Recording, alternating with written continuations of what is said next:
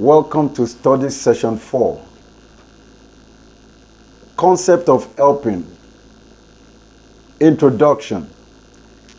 In this study session, we will discuss the concept of help, constraints of problem solving, reaction of the social worker and our client to problem solving, role of the social worker and associated feelings. Learning outcomes. When you have studied this study session, you should be able to 1. Itemize the constraints of problem solving. 2. Highlight the skills required of the human services professional in any discipline. What is helping? In every human services profession, the helping interview is used by professionals to guide them in their efforts to effectively assist in bringing about positive change for the benefit of the people they seek to serve. Essentially, helping is problem solving. An individual requires help when his own ability to solve his problem and meet his need is somehow insufficient to surmount whatever difficulty is confronting him. His problem-solving capacities are generally limited or diminished by one combination of the following constraint factors. 1. Lack of information about available solutions, alternatives, or resources. 2. Lack of skill or motivation necessary to obtain either the needed information or resources. 3. Lack of opportunity or resources available to solve the problem and meet the needs. 4. Emotional conflicts that interfere with the ability to pursue needs effectively. 5. Crisis situations that overwhelm or immobilize capacities. Many of people's problems are, of course, externally caused and can be alleviated by manipulating or negotiating the external environment successfully so that adequate resources or skills or even alternatives or opportunities are made available to solve an individual's problems. Where problems are internal in origin, such as physical or emotional problems, their solutions too are generally found in the external environment if successful problem solving has taken place.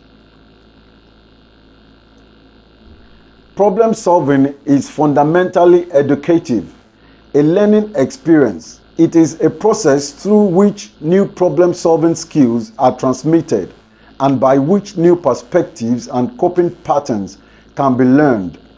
Through an effective problem solving process, the person who sought help can come away from the experience with a solution to his immediate problem and also with newly gained knowledge about handling stress and solving problems that may confront him in the future.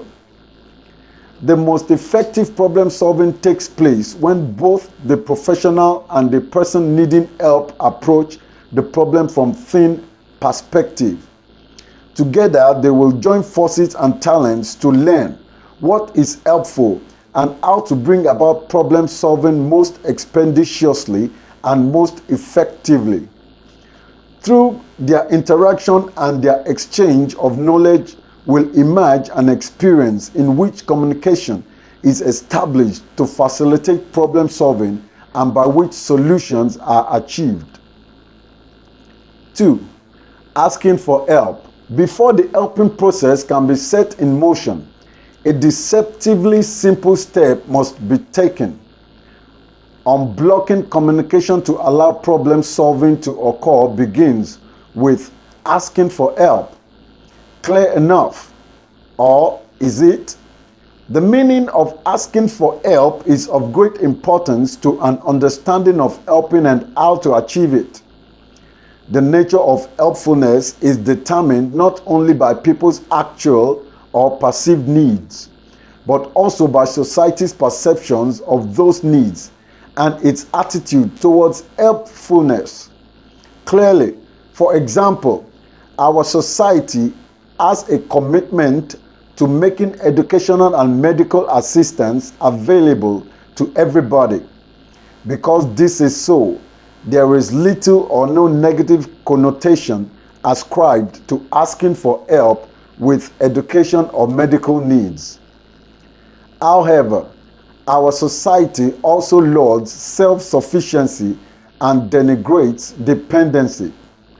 It follows then that there are times when asking for help can place a person in a classical double bind.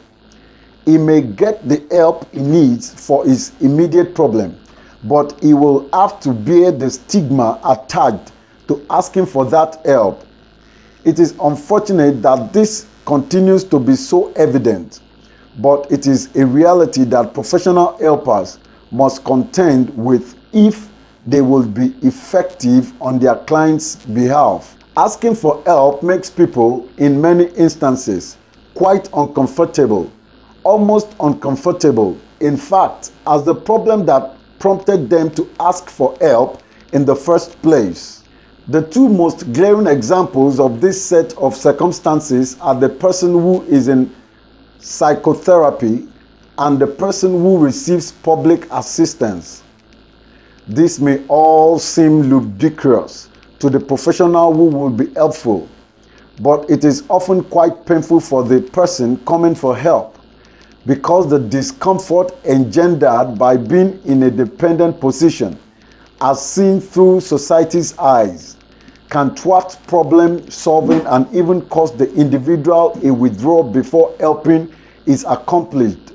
It is imperative that, as stated earlier, the helping interview is clearly depicted at the outset as a partnership in problem solving.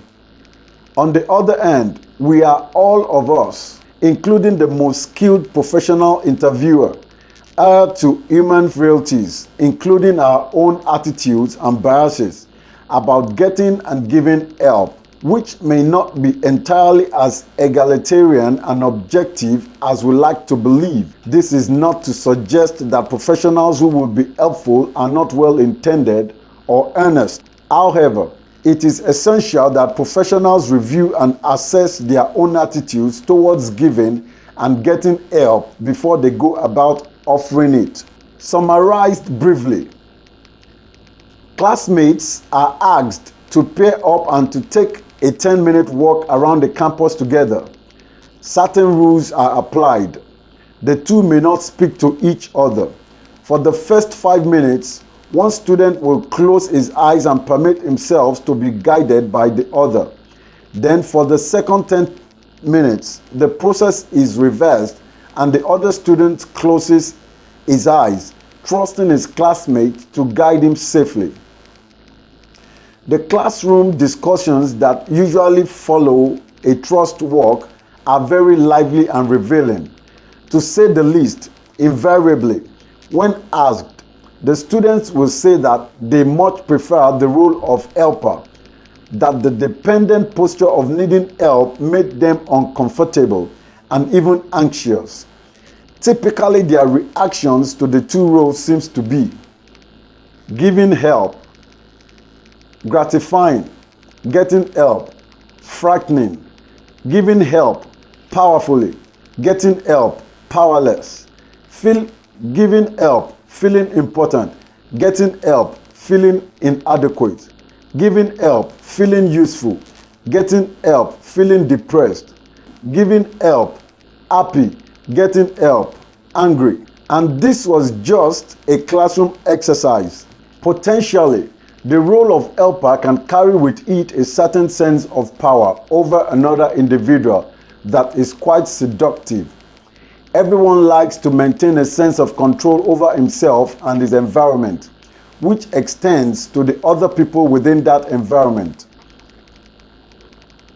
It is critical that any professional helping person be mindful of the very human tendency to enjoy the kind of control and power available in the helping interview and guard against exercising it. Similarly, by using the students' reactions as a guide, we can see that the role ascribed to the person asking for help carries with it almost by definition, discomfort and negative feelings. No helping person can afford to overlook the effect this will have on the helping process if it is not handled promptly and well.